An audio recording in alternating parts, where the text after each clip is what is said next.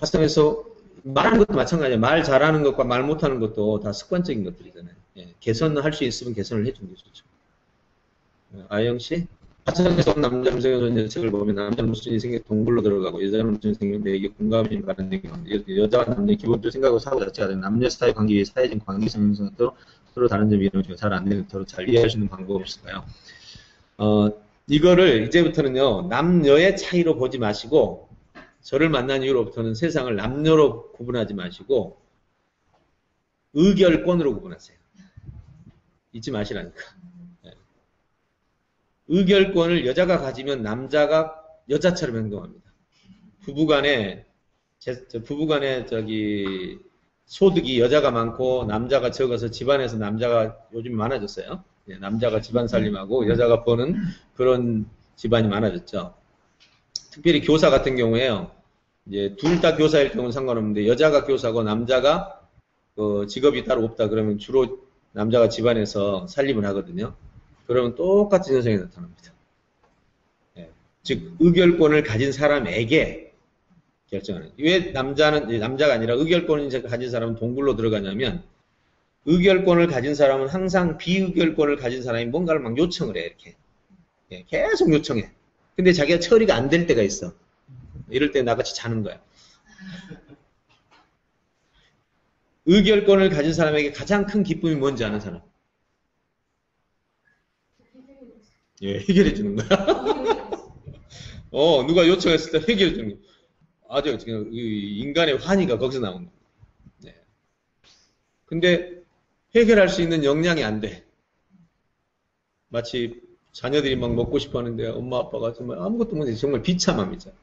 네. 그럴 때는 부모가 안 되는 게 막 좋다는 생각이 들 만큼 책임을 맡아서 그 책임을 해결할 책임을 못 질 때 사람이 가장 비참하게 되거든요.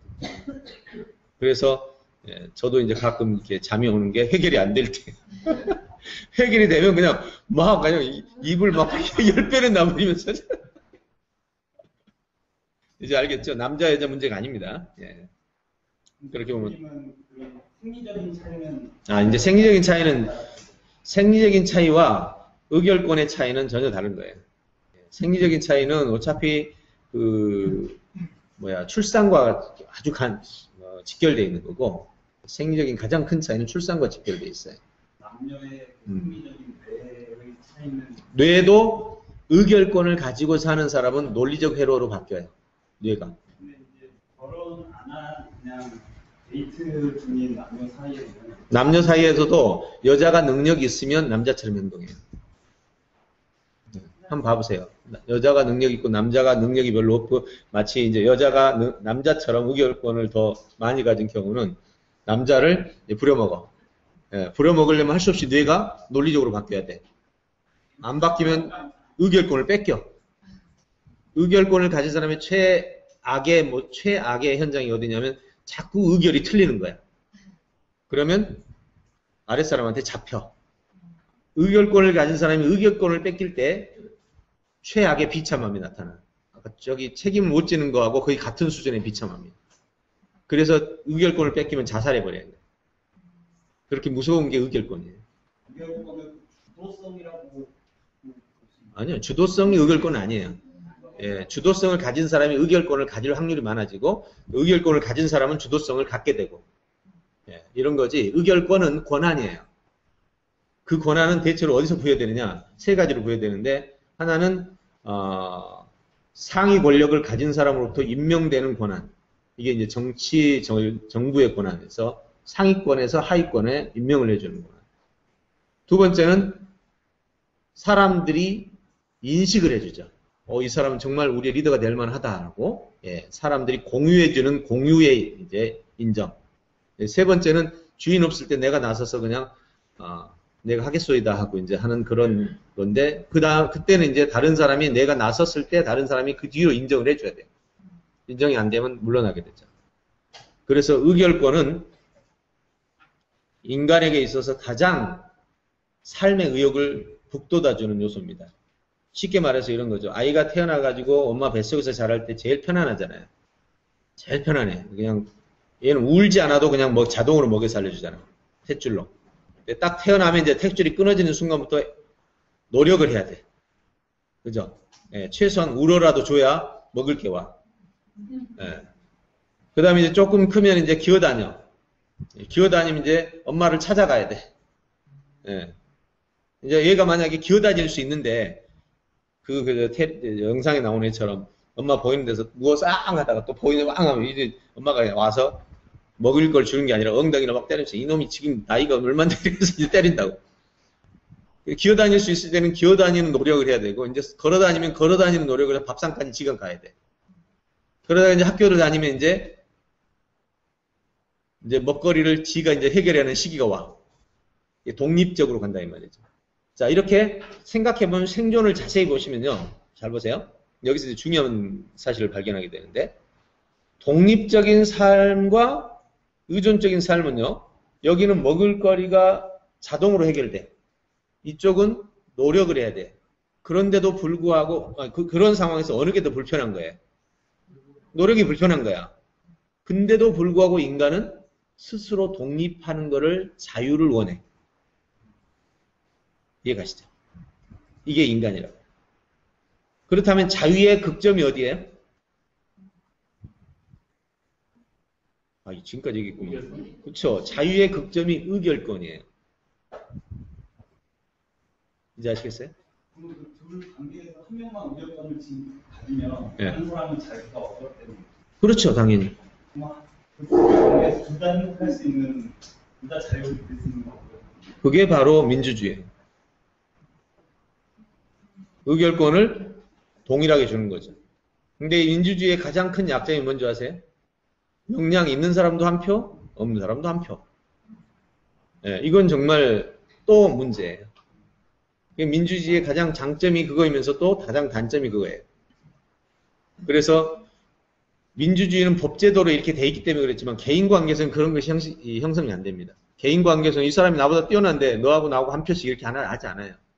당연히 능력 없는 사람이 능력 있는 사람을 따라가게 돼. 왜? 따라가는 게 더 편해.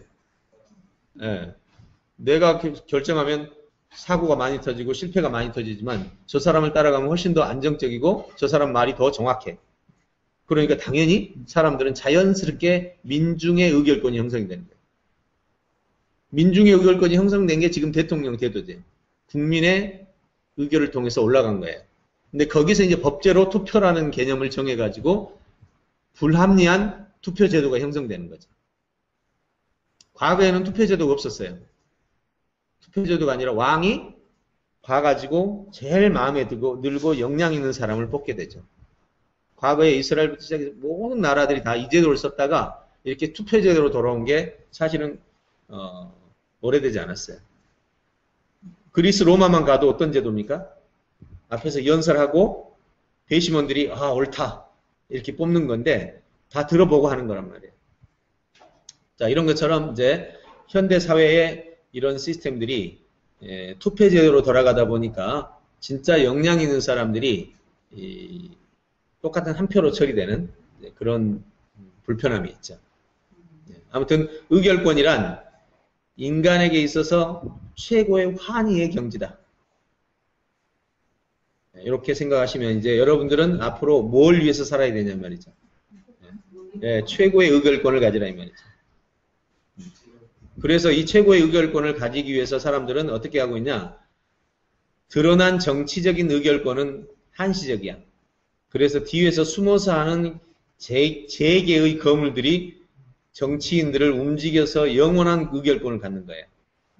우리나라는 좀 덜한 편인데 서양은 완전 이 시스템으로 되어 있어요. 자, 미국을 움직이는 가장 큰 힘이 돈을 찍어내는 중앙연방은행입니다. 근데 중앙연방은행은 놀랍게도 헌법의 지배를 받지 않습니다. 돈을 찍어내는 그 은행이 독립된 그냥 사립단체야. 너무 정말 노렵잖아요. 우리나라는 그래도 국가에서 관리합니다만은 미국은 그렇지 않아요. 영국에서 넘어온 제도가 미국에까지 했는데 그거에 대해서 시비를 많이 걸고 링컨도 그것 때문에 암살됐죠. 그 돈을 가지고 돈을 찍어낼 때 이 사람들이 결정한다니까? 그래서 돈을 국가에다 빌려줘. 그러니까 국가가 이 단체에 예속돼 있어. 중앙연방은행에. 너무 웃기잖아요.